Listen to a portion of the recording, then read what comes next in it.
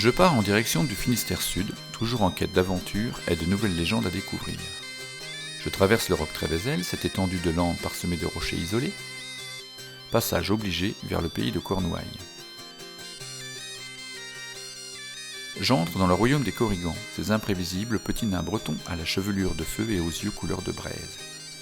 On dit que cette épine dorsale du massif armoricain regorge de ces petites créatures, en très grand nombre, mais à défaut d'en apercevoir, je m'amuse à les dessiner.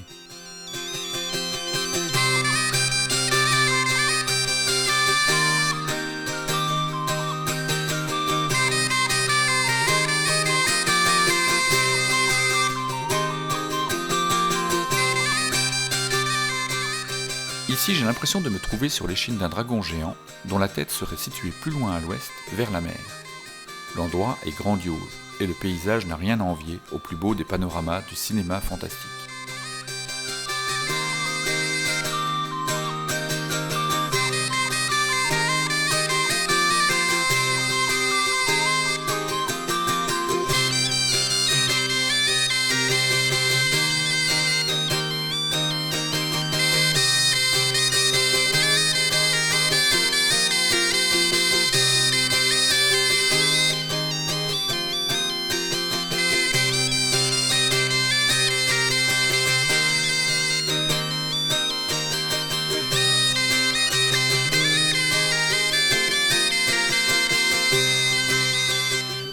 Non loin d'ici, un peu plus au sud, se trouve l'un des plus beaux sites de Bretagne, le Mont Saint-Michel de Brasparts.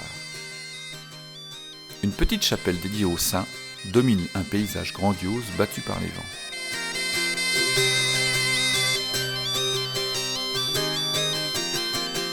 C'est ici que je retrouve une ancienne connaissance, Christophe Méchin, fin spécialiste et passionné de légendes de Basse-Bretagne.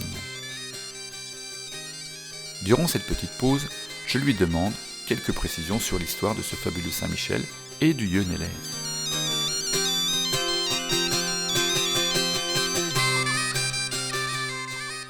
Bon, alors ici nous sommes donc au sommet du Mont Saint-Michel, près de la chapelle Saint-Michel.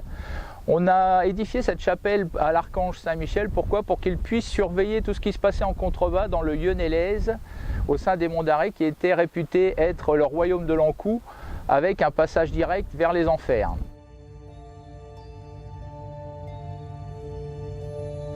Les Monts d'Arrée, selon la légende, c'était la colonne vertébrale du dragon qui avait été tué par Saint-Michel. Donc toute l'Armorique, toute la péninsule armoricaine était en fait le corps du dragon qui était tombé dans la mer et sur lequel les gens sont venus s'installer et vivre. D'ailleurs, on en retrouve une trace dans la dénomination bretonne du Finistère, puisque la forme du Finistère peut évoquer une mâchoire de dragon. Et le nom breton du Finistère, c'est Penarbet, c'est-à-dire la tête du monde, parce qu'on considérait que le monde était le corps du dragon sur lequel on vivait.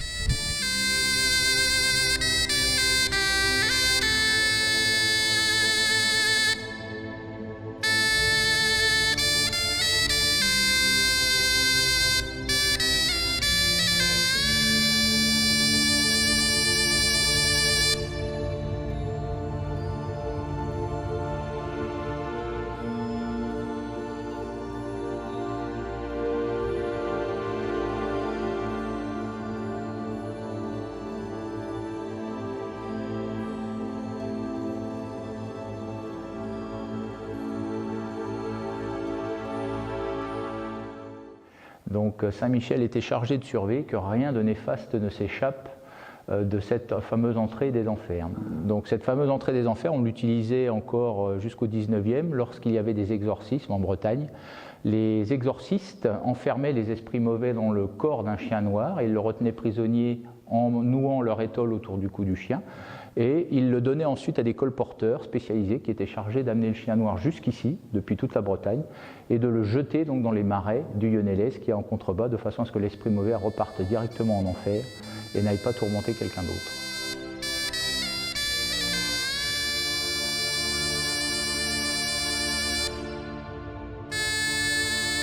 L'étole sert effectivement de contrainte, de lien, que les prêtres utilisaient, alors soit pour dompter les bêtes féroces, soit pour enfermer les esprits mauvais dans le corps de certaines bêtes, notamment les chiens noirs. Donc c'était un moyen pour eux de contraindre l'esprit de rester. L'étole fournissait en fait une enceinte sacrée autour de la bête et l'esprit mauvais ne pouvait plus s'échapper. Donc il était utilisé pour les dragons, pour les chiens, pour chaque fois qu'il y en avait besoin.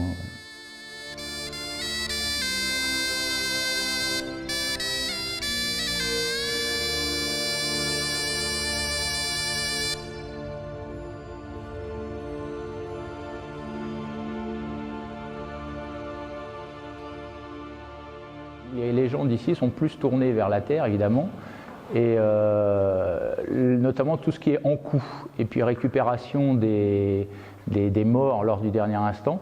Lorsque on est près de la mer, l'encou fait son office avec une barque, c'est le bagan encou, et sinon, à l'intérieur des terres ici, il utilise une charrette tirée par 2 chevaux. Donc il y a une différence. Les légendes expliquent le paysage, donc quand tu es à l'intérieur des terres, les légendes sont plus tournées vers la terre. Quand tu es en bord de mer, les légendes sont tournées vers la mer.